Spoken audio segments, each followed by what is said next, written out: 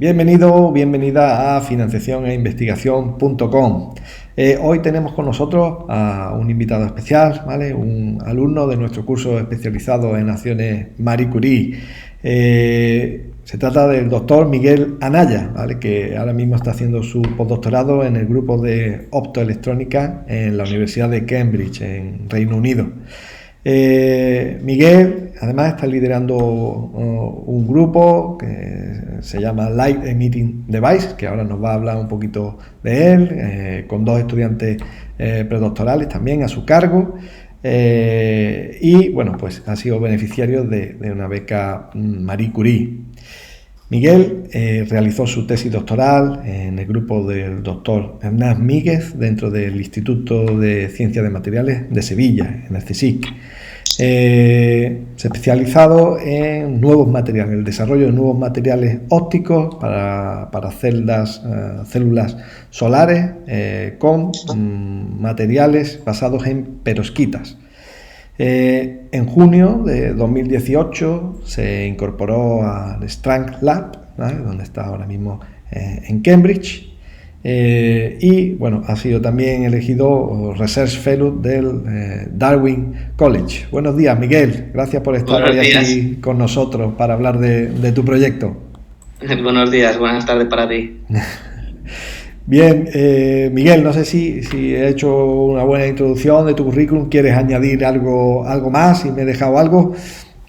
No, está bastante bien. Yo comencé mi carrera, como dices, en Sevilla, digamos la carrera investigadora en el grupo de Hernán Míguez, a través de una estancia, digamos, durante la carrera de física, de mi licenciatura en física, y luego, pues bueno, después de diversos viajes y movimientos, pues acabé allí otra vez para hacer el máster, el doctorado, y tras escribir la Marie Curie, pues me decidí venir al grupo de Sam Strangs, donde lidero un subgrupo. No es un grupo como tal, no es una entidad independiente, es un subgrupo porque nosotros tenemos un grupo pues bastante grande, de más de entre 30 y 40 personas, y yo lidero pues el subgrupo de dispositivos emisores de luz, de LEDs o cualquier otro tipo de emisor.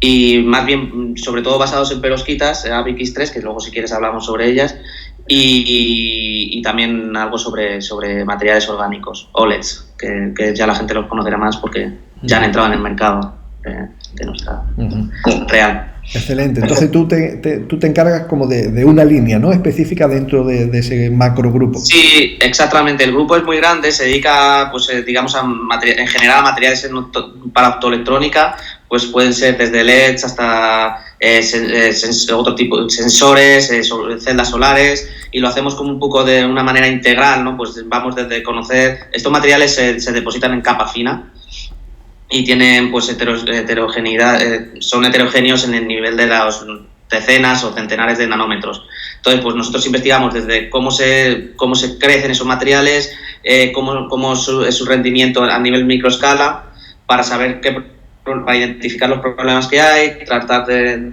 resolverlos y aplicarlos luego pues a soluciones para conseguir mejores dispositivos optoelectrónicos, ya te digo, reales, tipo LEDs o celdas solares. Ajá.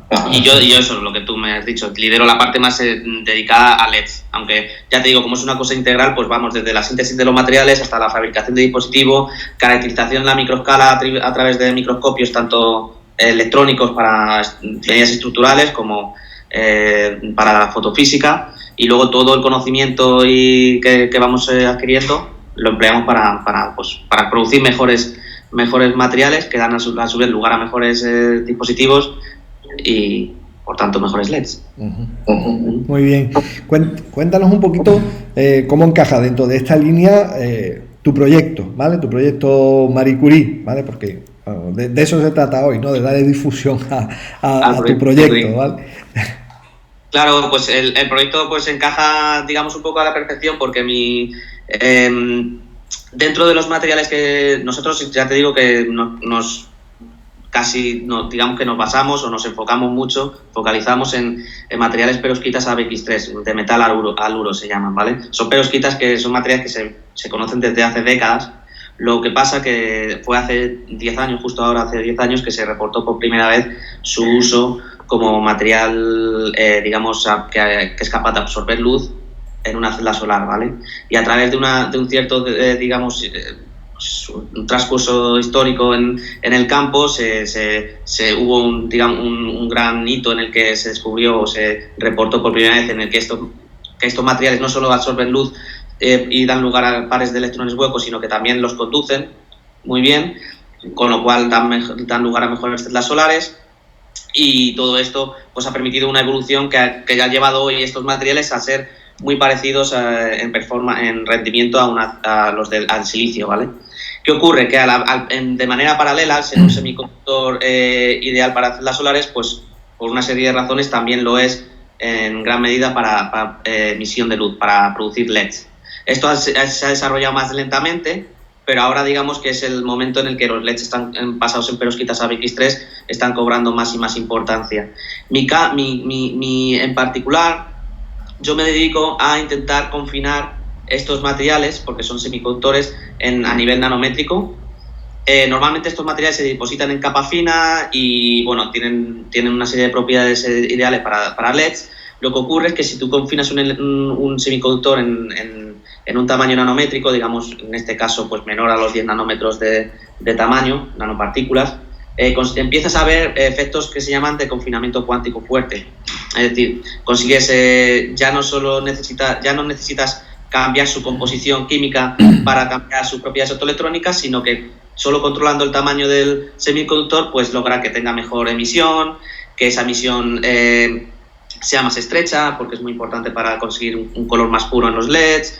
Y esto es donde se basa mi proyecto Marie Curie, en conseguir materiales perovskitas, de este tipo de perovskitas confinados, que me den la posibilidad de combinarlos con estructuras fotónicas, también en la nanoescala, de manera que ya no solo controle, digamos, a nivel de material cómo emitimos la luz, sino también a nivel de la arquitectura del dispositivo, hacia dónde dirigimos esa luz, o cómo vemos esa luz a diferentes ángulos, si podemos hacer aún más puro el color de emisión, más intenso, jugando entre el confinamiento cuántico fuerte de las nanopartículas de perovskita ABX3 y las estructuras fotónicas en las que yo era experto durante mi máster y mi doctorado en la Universidad de Sevilla, en CSIC, de hecho. Bueno, era un doctorado en un centro mixto CSIC y Universidad de Sevilla.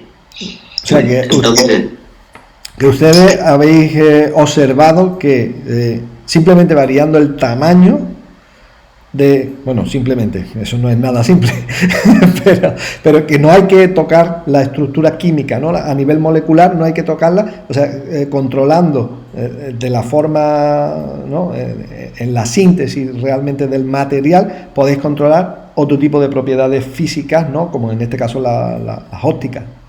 Sí, estos materiales, la manera estándar de controlar dónde emiten, es decir, si emiten en el azul, en el verde, en el rojo, es por composición química, cambiando su composición química en la síntesis. Uh-huh. Eso da lugar a problemas que si quieres los discutimos, no sé si es de demasiada profundidad, pero básicamente dan lugar a inestabilidad en la composición cuando les aplicas voltaje, que es lo que necesitas para sacar luz en un LED, ¿vale?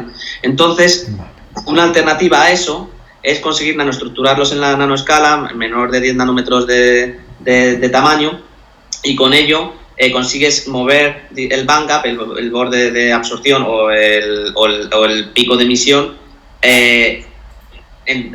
a donde tú quieras, únicamente haciéndolo cada vez más y más pequeño. Si un material emite en el rojo siendo de 20 nanómetros de tamaño, tú consigues llevártelo hacia el azul, pasando por el verde, si disminuye su tamaño. Esto es algo que se conoce en otro tipo de semiconductores, lo que se llama también los quantum dots. Pero bueno, en el tema de las perovskitas, como te digo, que es un material que se conocía, pero que ahora es cuando está cobrando verdaderamente importancia, pues se empieza, bueno, de hecho ya hay mucha literatura sobre ello, a cobrar más y más importancia. Lo que tiene de particular mi proyecto, además de eso, es que lo combinamos con estructuras ópticas o fotónicas relevantes para poder controlar cómo emitimos la luz angularmente, que tienen aplicaciones, pues, yo no sé, por ejemplo, escenarios donde necesites dirigir la luz a un sitio en concreto, o mejorar la emisión en términos de más intensidad o más estrecha, un color más puro. Todo esto está enfocado en el proyecto para conseguir al final, como meta final a los 2 años, al término del proyecto en general, un LED azul, verde y rojo que nos dé un color blanco en demanda, como nosotros queramos en tonalidad, digámoslo así, ¿vale? Porque tú puedes tener como sabemos hoy en día, pues puedes comprar un LED más frío para tu cocina o más, como le llaman, más caliente para tu salón, ¿no? Para que sea más acogedor, ¿no? Pues esto nosotros lo queremos controlar en términos de perovskitas confinadas y jugando un poco con fotónica a la vez. Y que a la vez sean químicamente más estables. Exactamente, y que sean más estables químicamente, y que es una cosa muy relevante, es algo muy relevante hoy en día en el campo de las perovskitas. Y como digo, pues por ejemplo, no sé si ahora me vas a preguntar sobre eso, pero creo que una cosa importantísima en un proyecto Marie Curie es que tengas muy claro qué es lo que tú sabes y vas a aportar al grupo y qué es lo que necesitas del grupo al que vas a ir, que es experto en ello. Entonces, pues yo venía con mi conocimiento sobre estructuras fotónicas y cómo confinar las perovskitas a BX3, y el grupo al que he venido pues es un grupo, uno de los padres de los LEDs basados en materiales orgánicos, de los OLEDs, y todo lo que yo sé pues lo vamos a aplicar a cómo fabricar, o lo estamos aplicando ya con resultados bastante buenos, a cómo fabricar un LED basado en perovskita confinada, y todo ello en un, entorno en el que yo puedo caracterizar desde la microescala o nanoescala hasta la macroescala, que es muy importante porque, como te digo, yo estoy jugando con materiales que están confinados en los nanómetros de tamaño. Entonces, pues necesito un microscopio electrónico de transmisión muy particular, no cualquiera, para irradiar estos materiales con una dosis baja para que no se degraden y poderlos ver. Luego voy a un microscopio confocal para medir cómo en un film, en una capa fina, estos materiales son homogéneos y emiten por igual en todos los lugares de la capa. Y luego voy pues a la macroescala, al dispositivo, y veo que todo lo que he ido mejorando a nivel nano y micrométrico se traduce en un mejor dispositivo que nosotros podemos ya ver con el ojo, no hace falta un microscopio. Claro, eso es fundamental. O sea, encontrar un grupo que realmente tú tengas una sinergia, ¿no? de tu línea de investigación y que pueda ir más allá, ¿no? Y yo creo que el encaje que tú buscabas era ese, ¿no? O sea, ¿cómo puedo avanzar lo que yo ya sé y aprender cosas nuevas ahí en ese laboratorio para abrir un campo nuevo, ¿no? Una línea dentro de este campo. Exactamente, pues sí, esto para mí es, crítico, pero ya no solo a nivel de preparar una Marie Curie, sino, pues una persona que quiera permanecer o que quiera asentarse pues como un investigador, senior, y luego intentar tener pues su propio grupo de investigación, se tiene que diferenciar de lo que ya existe, y para ello pues tienes que buscar tu nicho, y tu nicho lo encuentras pues aplicando lo que tú has aprendido durante la tesis, siendo una imagen de lo que han sido tus supervisores, e intentar llevar a otro lugar, a un poquito más o menos fuera, depende de cómo te quieras salir de tu zona de confort, algo nuevo para poder diferenciarte y poder pues luego crecer como investigador. Y esto, pues de hecho, esto es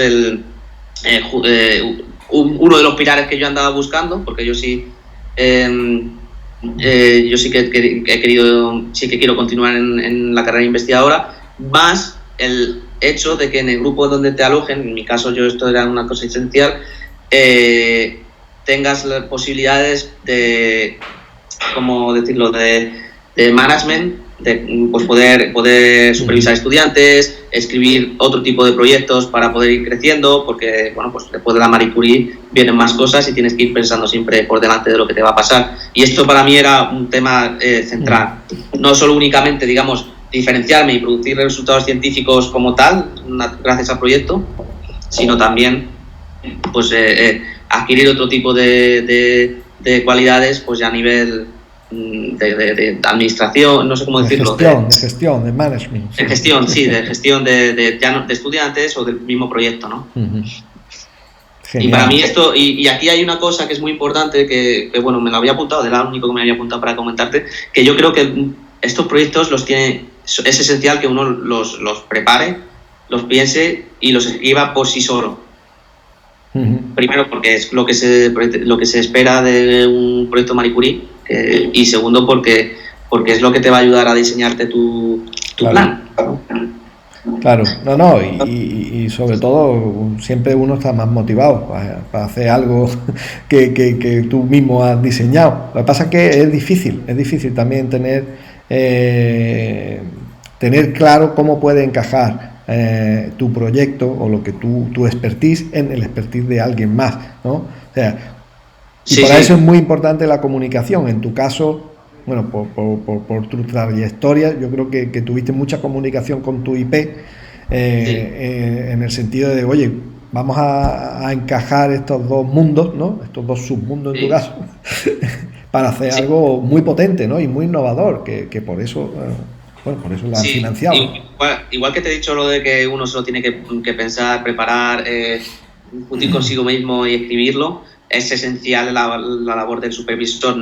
O sea, yo de hecho yo siempre recomiendo que antes de ir a cualquier sitio o pretender escribir un proyecto de este tipo con alguien, ya no solo para la hora de la preparación, sino por si acaso te lo dan y saber cómo funciona el grupo al que vas, uno tiene que informarse sobre ese grupo, ¿no?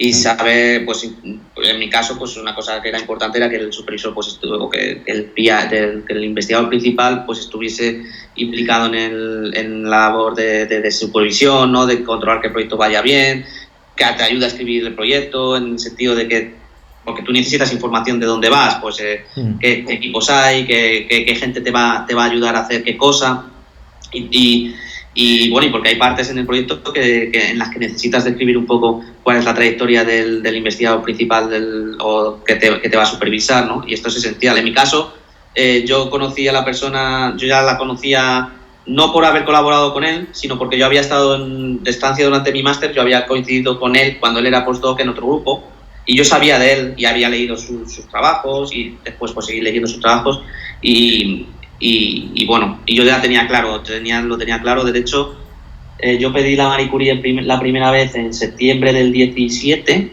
que fue cuando fue el año en el que yo recibí tu ayuda. Y yo contacté fue en septiembre del 17, ¿verdad? Sí. Y yo contacté con esta persona por primera vez en diciembre del 16.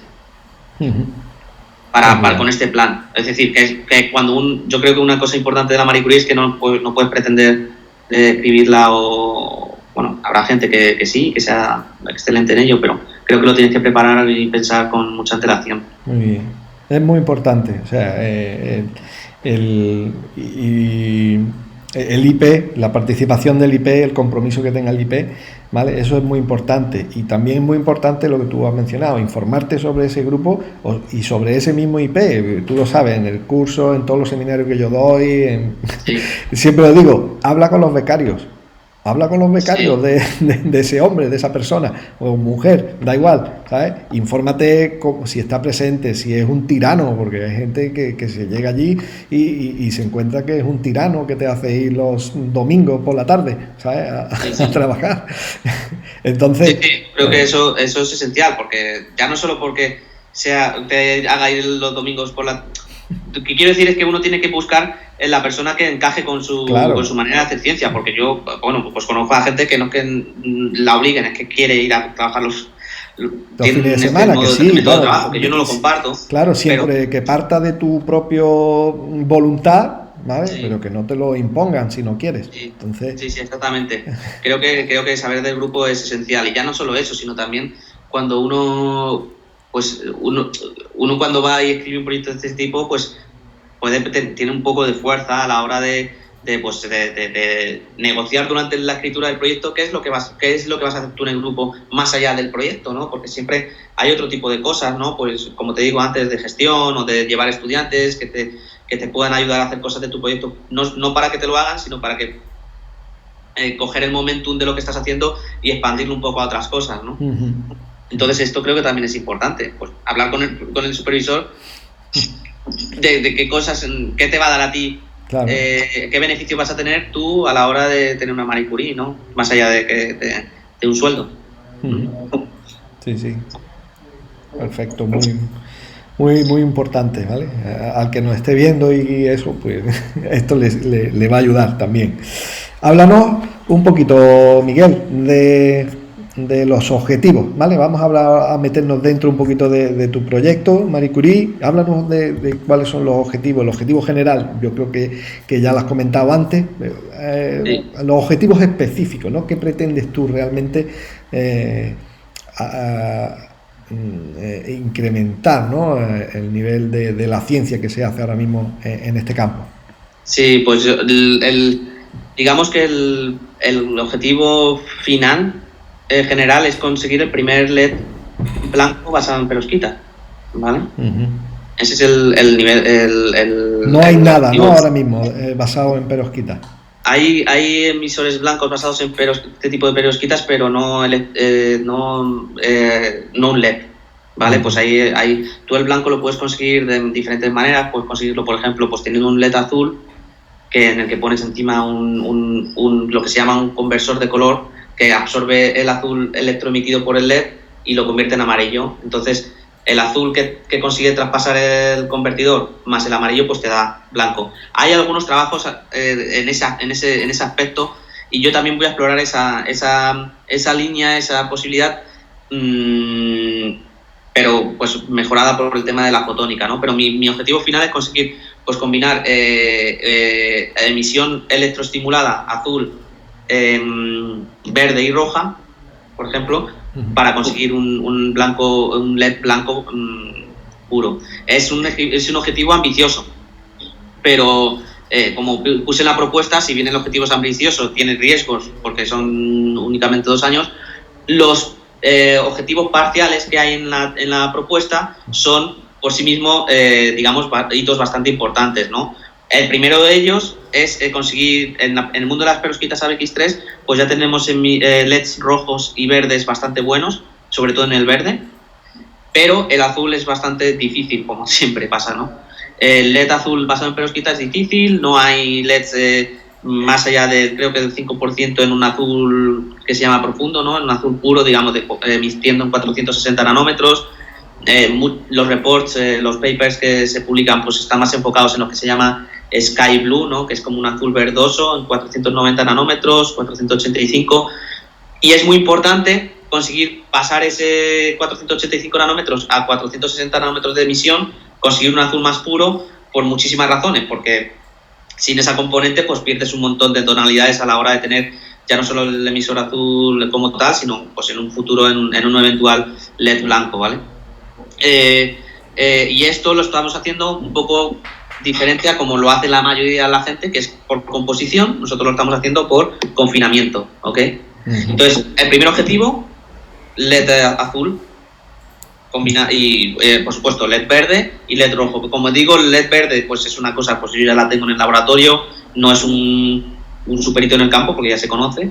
Entonces el LED azul y el rojo pues también lo estamos consiguiendo hacerlo más estable, ¿vale? Entonces eso, pues digamos que eso es como un primer, de hecho, o sea, ya son como 3 mini objetivos, pero que todos ellos hacen uno importante.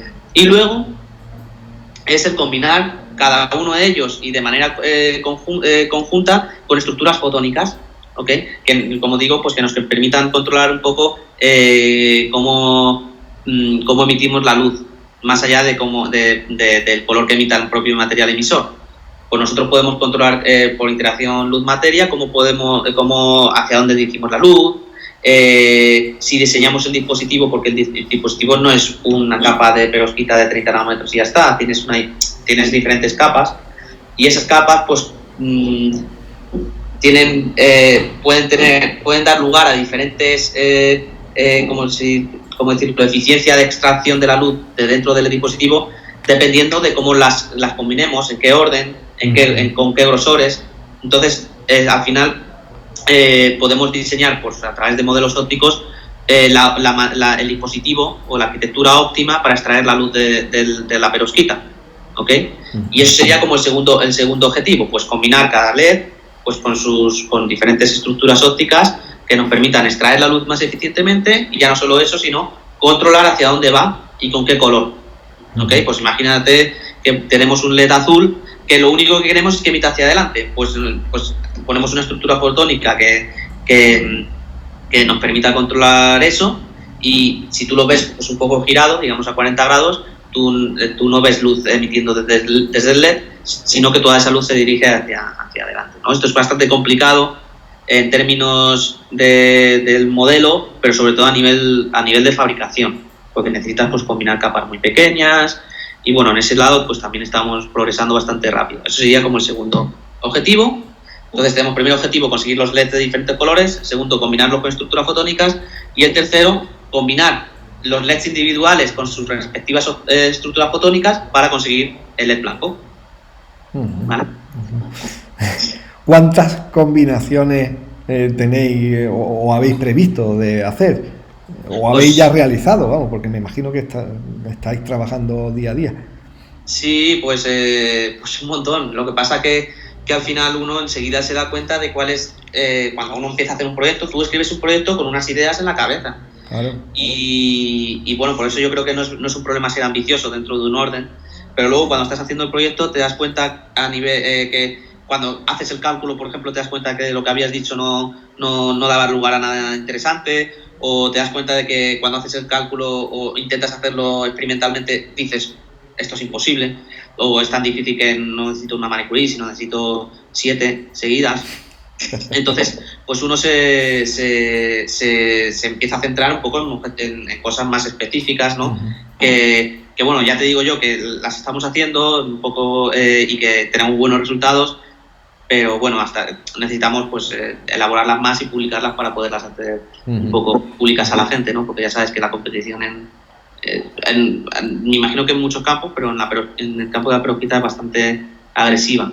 Entonces, bueno, y luego además ya no solo eso, sino que luego vienes al laboratorio y te das cuenta que en el campo de las perovskitas o de los emisores emergentes, de los LEDs emergentes, digamos de nueva generación, no hay protocolos de medida claros o de caracterización de estos sistemas. Entonces, una de las primeras cosas que he hecho durante mi proyecto es escribir un trabajo en donde vamos a publicar cuáles son con expertos a nivel mundial de todos los continentes, cuáles son, a nuestro parecer, la manera o los procedimientos para calcular o medir o reportar las métricas, ¿no? Las figuras de mérito de los LEDs, ¿no? Pues cuál es su eficiencia, cuál es su brillo. Y esto no existía, no había un protocolo claro. Entonces tú ibas a cada paper, que es lo que me pasaba a mí, y no sabías compararlos bien porque no estaban caracterizados de igual manera, ¿no? Entonces esto, por ejemplo, pues un mini proyectillo aparte, pues, pero que al final va a ser importante dentro del proyecto, ¿no? Claro, entonces, ya no solo lo que ya no solo lo que escribes y lo que pretendes hacer, sino cómo de flexible y cómo evoluciona el proyecto a lo largo de meses, ¿no? Sí, realmente es unos estándares que no existían, pero que los necesita para una correcta implementación a futuro, ¿no? Sí, exactamente. Bueno, lo hemos escrito y está ya aceptado en una revista bastante importante y no sé qué, ya no solo es que no existían, es que al final cosas de las que decimos es un recordatorio o una adaptación de cómo se mide, cómo se han venido midiendo diferentes tecnologías a lo que necesitan las de hoy en día, ¿no? Porque no puedes extender como caracterizabas materiales hace 20 años a cómo los caracterizas hoy en día, porque las eficiencias han cambiado, la estabilidad es diferente, el tamaño de las cosas que tienes que medir también ha sido modificado o ha evolucionado, y sobre todo pues todo lo que se espera al final es mayor calidad, ¿no? Porque pues, si no habría evolución, ¿no? Si todavía estuviésemos midiendo como hace décadas, pues no tendría sentido, ¿no? Entonces, bueno, era un poco eso, había una necesidad y bueno, ha resultado que sí que la había, porque hay algo que te interesa. Muy importante, muy importante. Sí. ¿Para qué? Para que vosotros podáis, ¿no?, rellenar ese hueco, ¿no?, que existe Sí. ahí. El proyecto, vamos, es con los 3 grandes objetivos estos que has planteado, súper ambiciosos. Sí. Me imagino que no está exento de riesgos, ¿vale? Sí. ¿Cómo identificaste tú estos riesgos y qué planes de contingencia planificaste y también si has tenido que utilizar alguno de estos planes de contingencia? Sí, bueno, de hecho creo que mucha gente es la que ha ido hablando a lo largo de cuando uno ha escrito la Marie Curie, porque tú pues igual que contacté contigo y me diste una ayuda bastante importante en muchas cosas, a la hora de los detalles científicos, que es más difícil la ayuda, pues yo contacté a gente específica, experta en su campo, y ellos ya me advirtieron de problemas a los que me iba a enfrentar. De hecho, me he enfrentado ya, ¿no? Y es un tema muy importante, primero porque te lo piden en la propuesta, sí. O al revés, primero porque existen y segundo porque te lo piden en la propuesta. Entonces, yo identifiqué esos problemas, pues el primero de ellos como yo proponía hacer los sistemas confinados, podía ser dificultoso y muy, tedioso a la hora de, pues, yo proponía hacer los materiales en uno de los métodos, pues con materiales, ¿cómo se llama? Con andamios porosos, y para hacer eso es bastante complicado en tiempo al hacer el andamio en sí lleva tiempo. Entonces yo estoy explorando esa línea, pero rápidamente me he dado cuenta de que hay otras posibilidades para conseguir los mismos materiales de una manera mucho más rápida, ¿no? Entonces yo ya lo reflejé en el proyecto, ya no solo como en lo que llamé los work packages, sino que también como ¿cómo se dice?, la evaluación de riesgos de la propuesta, ¿no? Y yo ya he tomado en algunos de los colores y en algunos de los tipos de dispositivos esa vía, ¿vale? Para hacerlo. Otros de los ¿cómo se dice?, de los riesgos, pues será pues cómo combinar el LED para hacer el blanco. Y bueno, ahí todavía no he llegado, pero bueno, pues yo propuse un par de diseños de arquitecturas para llegar al blanco, y en la evaluación de riesgos pues puse un par que no eran tan novedosos o tan espectaculares en el rendimiento final, pero seguía siendo blanco y me permitiría pues llegar a, pues no de manera completa al objetivo, pero sí de manera digamos parcial, ¿no? Y por lo menos pues terminar con lo que dije, con lo que había dicho, ¿no? Y como dices, sí, es muy importante. No sé si está claro. Sí, genial.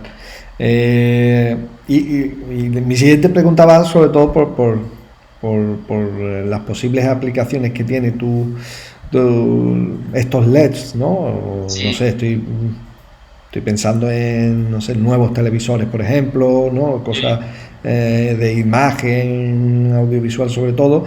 ¿Qué tipo de protección intelectual preveíste en la propuesta? Porque es muy importante reflejarla bien en las propuestas Marie Curie.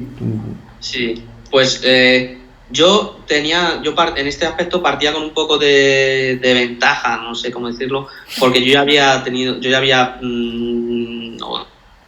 he dado lugar a patentes en el trabajo que hemos estado haciendo, ¿vale? Entonces, pues bueno, pues sabía un poco cómo hablar de ese tema, ¿vale? Si es muy importante, de nuevo te lo piden en la propuesta, y para esto yo sí que considero esencial contactar a la universidad o primero a tu supervisor y él que te ponga en contacto con la oficina relevante en la universidad, la oficina relevante en ello, ¿no? Siempre hay oficinas en casi todos los centros hoy en día, eso. Tienen su propia oficina de protección de conocimientos. Aquí en Cambridge, pues hay lo que se llama Cambridge Enterprise, que es un ente ligado a la universidad, pero no exactamente a la universidad, y que el INCA es una exunión entre lo que uno produce en el laboratorio y lo que uno produce y cómo llevarlo a hacer una spin-off o o protegerlo con conocimiento para intentarlo vender a una empresa, y es eso donde yo basé mi protección de conocimiento. Pues evidentemente pues muchas de las estructuras que estamos haciendo son susceptibles de protegerse con patentes, y es a través de Cambridge Enterprise que yo puse que lo íbamos a hacer y lo estamos haciendo. O sea, ya estamos escribiendo una patente. Y bueno, pues y ellos mismos pues te ayudarían, pues si quieres tú hacer un spin-off o este tipo de cosas, ¿no? Y es muy importante reflejarlo. Y acordar un poco con previo, igual que antes decía, cuál va a ser tu papel en una posible patente, ¿no? Yo creo que todas estas cosas, en España no tenemos la costumbre ni de negociar salarios, ni negociar cuál va a ser tu beneficio respecto al que va a estar a tu lado, pero con otro tipo de proyectos, o pues igual en las patentes, ¿no? Yo con el supervisor y con la universidad, pues desde ya les dije que pues aquí todo el mundo a partes iguales, ¿no? Uh-huh. Sí, lo pudiste negociar así y acordaron que sí. Sí, claro. Muy bien. Enhorabuena. Claro, a veces es difícil, ¿no? Bueno, yo creo que es difícil a lo mejor llegar al acuerdo, ¿no? Lo que no es difícil es preguntar o sacar el tema, y creo que ahí es donde por nuestra cultura, nuestra educación, uh-huh, en España fallamos un poco. Pero muchas veces por desconocimiento, no por otra cosa. Sí, seguramente también. De los propios derechos, en este caso, como inventor de una tecnología. Sí, por eso te decía que como antes yo ya había participado en escritura de patentes, pues bueno, ahí partía con un poquillo de ventaja. Pero bueno, ahora ya la gente lo sabe. Estupendo. Miguel, háblanos precisamente del paso siguiente, ¿no? Del impacto que esto va a tener, tu proyecto va a tener, tanto en el mundo científico como a nivel social, ¿no? Que yo veo un impacto muy fuerte. Pues hay diferentes ramas, ¿no? Pues digamos, directamente con el proyecto, pues tenemos un impacto, digamos, a la hora de caracterizar los dispositivos, que como dije era una cosa que yo quería adquirir, además de la fabricación, quería adquirir aquí en la microescala. Nosotros ya por ejemplo, hemos elaborado, esto no va a ser pues un impacto a la sociedad, pero va a ser, digamos, un impacto a nivel científico, espero que más o menos importante, a la hora de caracterizar la eficiencia de los LEDs en la microescala. Esto no se hace, siempre se hace, pues tú tienes el LED de 5 milímetros cuadrados de área, y lo caracterizas así, ¿no? Nosotros lo estamos haciendo lo mismo, pero con una resolución de 100 nanómetros. Uh-huh. Y podemos extraer la misma información que en la macroescala, pero en la microescala. Y esto, como te decía, es muy importante, porque todo lo que consigas sacar en la microescala y lo homogeneices y lo maximices, pues lo mejor te va a ir en la macroescala. Pero si no lo mides en el orden de los cientos de nanómetros, no te enteras de lo que está pasando, ¿no? Entonces esto va a ser un primer impacto que ya lo tenemos. El segundo, y bueno, luego a nivel de dispositivos, pues crear un LED azul eficiente de perovskita, real azul, a 460, 470 nanómetros de longitud de onda de emisión, va a ser un impacto en sí, porque pues eso puede abrir las puertas a su aplicación en dispositivos donde necesites luz monocromática, o combinar diferentes colores, ¿no? Pues como por ejemplo pantallas, ¿no? O sea, televisores o móviles o lo que tú quieras. Primero porque permitimos hacerlo, y segundo porque las perovskitas tienen diversas ventajas con respecto a otros tipos de materiales comunes como los OLEDs, ¿no? Pues las perovskitas tienen un pico de emisión más estrecho, es decir, el color es más puro. Pues todo esto que dicen de colores más puros, negro real, pues todo esto pues las perovskitas pues podría, si se consiguiese, sería mejor, ¿no? Además, como tú has dicho, pues en nuestra aproximación, por una serie de razones, consigue encapsular intrínsecamente los materiales y hacerlos más estables, que es uno de los problemas máximos que tiene la perovskita, junto con el hecho de que tienen plomo, lo que no que sean súper tóxicas, pero tiene mala fama, ¿no? Entonces, pues si son encapsuladas intrínsecamente, pues y consigues algo más estable y perfectamente instalable en el producto comercial, pues eso que añades como ventaja a tu material, ¿no? Y luego pues el tema de todo el tema de la fotónica y su aplicación para ya no solo para la luz monocromática, emisión monocromática, sino a luz blanca, es bastante importante. Pues uno se puede imaginar nuevos tipos de faros de coche, ¿no? Más eficientes, blancos, o con una tonalidad que tú puedes controlar gracias a lo que te digo, para jugar con la óptica, que dirigen la luz a donde tú quieres o de la manera que quieres, ¿okay? Pues más enfocada a un lugar de la carretera o más abierta, de manera controlable directamente, ¿vale? O lo mismo pues para aplicar su uso en escenarios o incluso museos, en los que, por ejemplo, también hay un problema hoy en día porque los LEDs o los materiales que se vienen utilizando pierden unos rangos de rojo, y por eso las lámparas que se utilizan en museos, en donde tú quieres adquirir todo el total de la gama de colores que se han utilizado en los cuadros o lo que estés viendo, pues con las lámparas blancas que tenemos en nuestras casas perderíamos unas tonalidades de rojo sobre todo, ¿vale? Entonces, pues con estos materiales pues nosotros no tenemos ese problema, ¿no?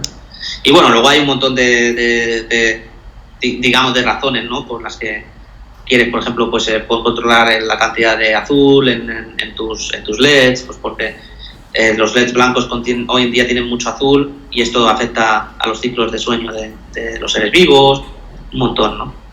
Y bueno, y eso, como te digo, pues directamente ligado con el proyecto, ya nos ha pasado una cosa que nos hemos dado cuenta, porque yo caracterizo en un sincrotrón, en muchas cosas de los materiales, y ya nos hemos dado cuenta de que lo que producimos tiene intereses en otros tipos de aplicaciones.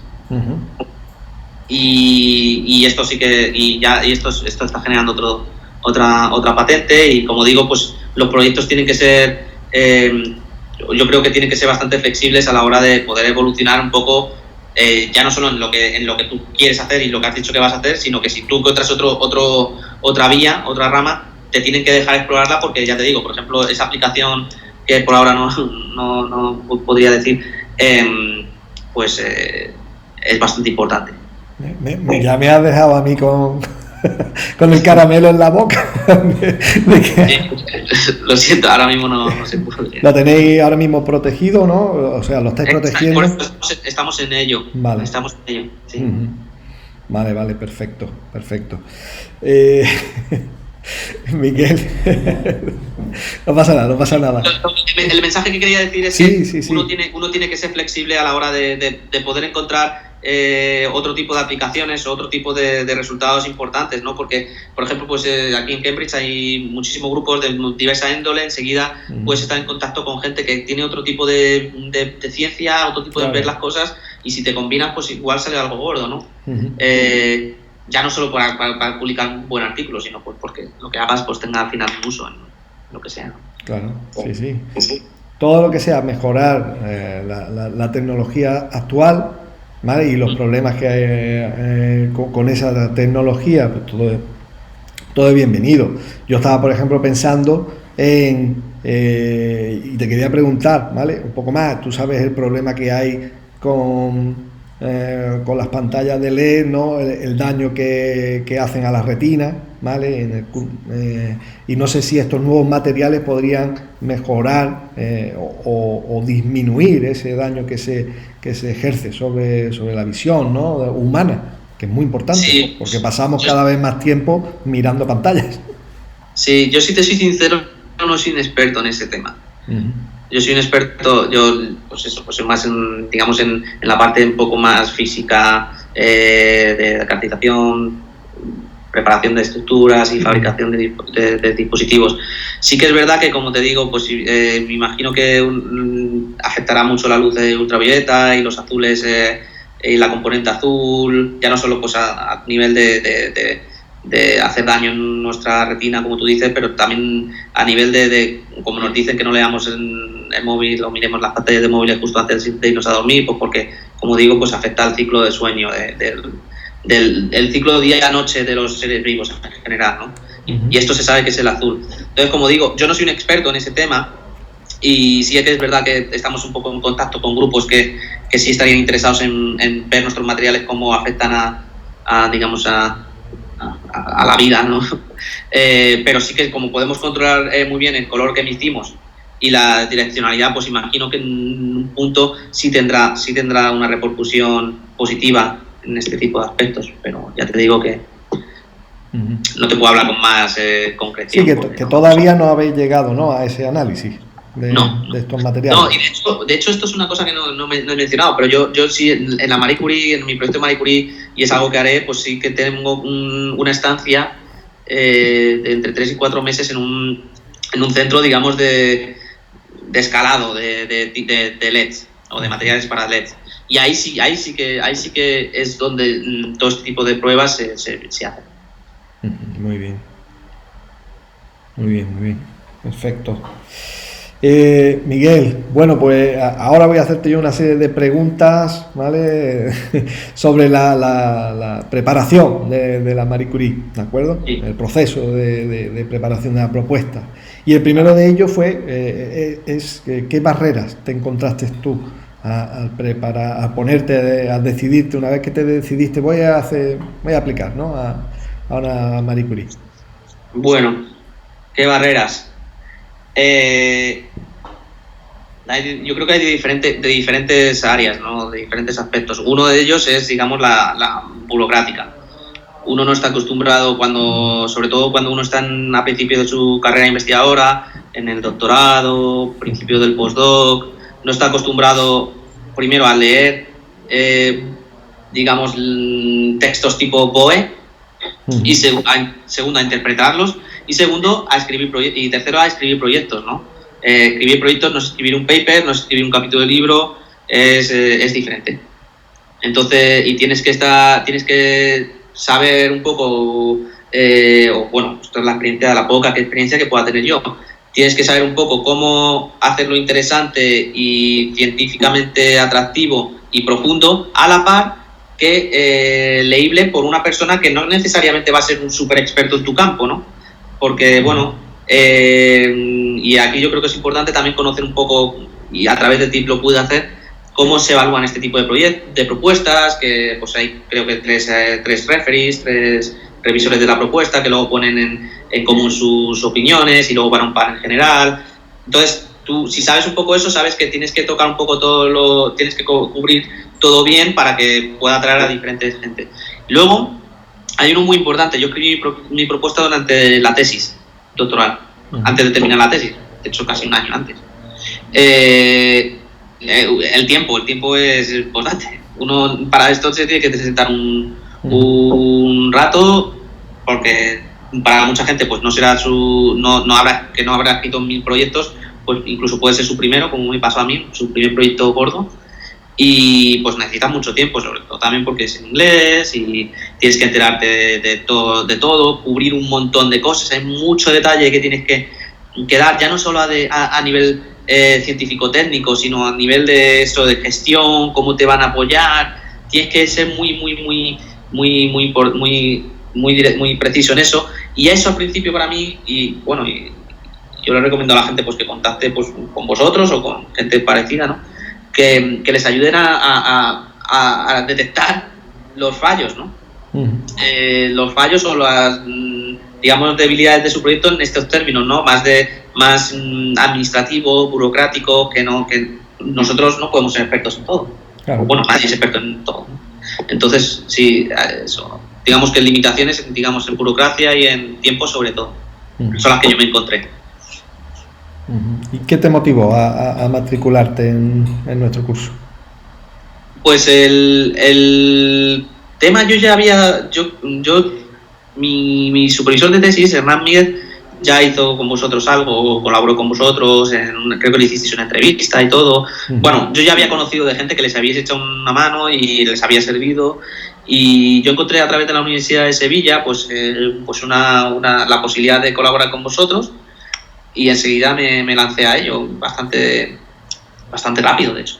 Yo sabía que quería escribir una Marie Curie, y de hecho yo no sabía lo que implicaba escribir una Marie Curie, y en cuanto que pude pues os contacté.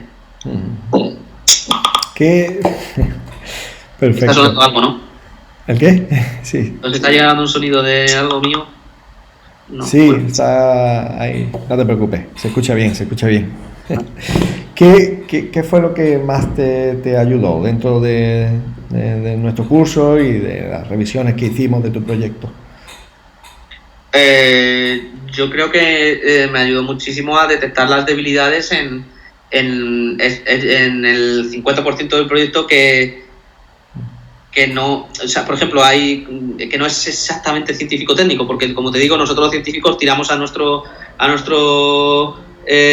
ámbito muy rápidamente y pasamos de los demás, pero aquí hace falta, porque hay mucha competencia, entonces proyectos que son igualmente buenos en digamos, la parte científica se echan para atrás en comparación con otros, porque los otros son igual de buenos, pero además son muy buenos en describir cómo va a ser su incorporación a los grupos, cómo va a ser su integración, labor de gestión, gestión de patentes, tener en cuenta todo, pues cómo dónde lo vas a publicar los artículos, cómo vas a hacer tu diseminación, ya no solo a nivel de conferencias, sino también a nivel de redes sociales o outreach, ¿cómo se dice? ¿Cómo se dice? La jerga europea, sí, outreach. Sí, outreach es como las actividades para que la gente de a pie pues pueda entender tus proyectos. Todo esto, la Marie Curie o espera que hables sobre ello, y no que hables de cualquier manera, sino que seas explícito, concreto, y ahí vosotros me ayudasteis mucho en detectar, por ejemplo, uno no sabe diferenciar al principio muy bien cuál es la diferencia entre los objetivos, work packages,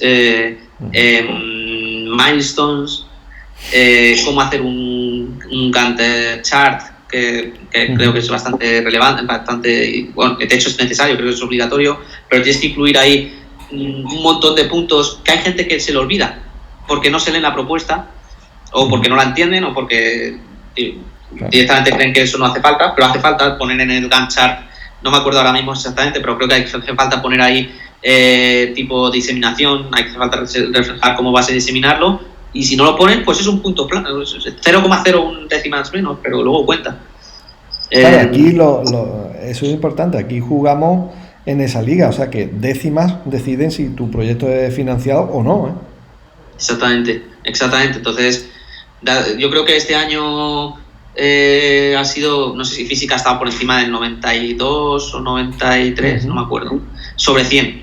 Claro, la gente se tiene que dar cuenta que un proyecto que tiene un 90 ya es excelente.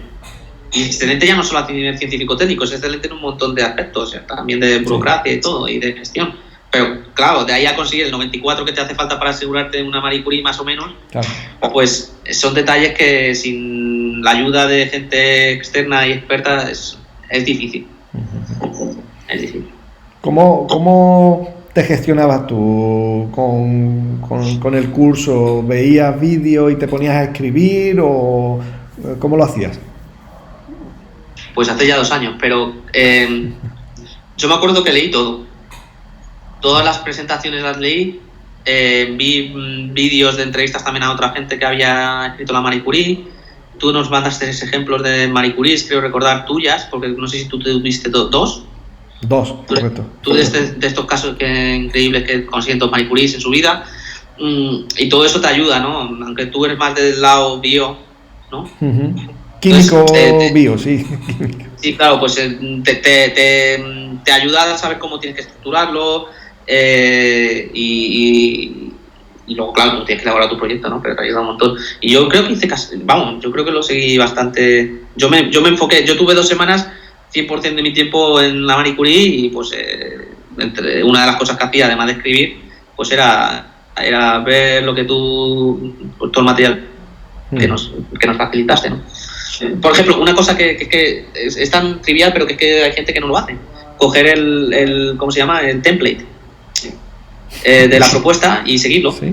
Pues eso hay que seguirlo, no hay que... O bueno, yo soy bastante, digamos, académico en ese sentido. Yo he visto Marie Curies que han sido exitosas, o sea, que se le han dado a la persona, modificando un poco cómo cuentan la historia con respecto al template. Pero eso es difícil. Entonces yo fui a tiro hecho y seguir el template, ponérselo facilito al revisor, todo. Claro, es que ahí cuenta también, puedes jugar a tu contra, ¿vale? Porque hay veces, casi todos los años introducen algunas modificaciones en el template, ¿vale? ¿Para qué?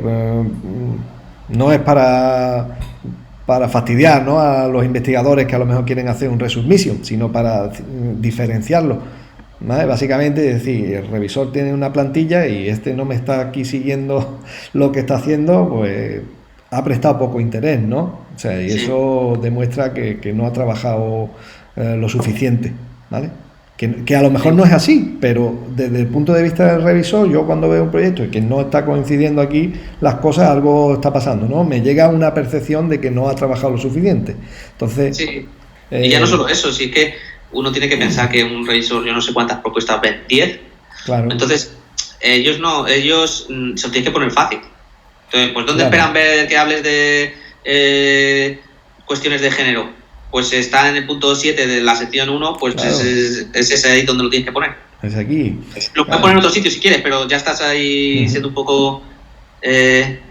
asumiendo unos riesgos, ¿no? De que no vean cómo lo has tratado ese punto, ¿no? Efectivamente, y yo creo que cuando trabajamos en tu propuesta, digo, no, esto tiene que estar aquí, porque yo necesito verlo aquí, en esta sección y no en otra, que es donde la voy a evaluar, ¿vale?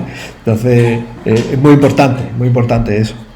Bueno, Miguel, ya para finalizar, y no hacer tan larga la entrevista, ¿qué consejo, qué 3 consejos, ¿vale?, le darías tú a ese investigador que se plantea solicitar una Marie Curie en la próxima convocatoria? Ok. Pues el primero que se pongan. Es decir, uno tiene un miedo brutal al papel en blanco, y a escribir una cosa nueva, pues al final es una cosa que te enriquece y ya no solo porque te la den o no te la den, aprendes a escribir un proyecto, ves cómo es el asunto, puedes seguir en ciencia o no, pero algo que es algo nuevo y para hacer algo nuevo pues te tienes que poner. Y es algo que la gente al principio, yo he visto muchísimos casos de gente que dice yo voy a pedir la Marie Curie, y es que no es que no la pidan, es que no se ponen. Entonces eso, que se pongan. El segundo, que elijan muy bien lo que quieren hacer, con quién lo quieren hacer, y que sean realistas.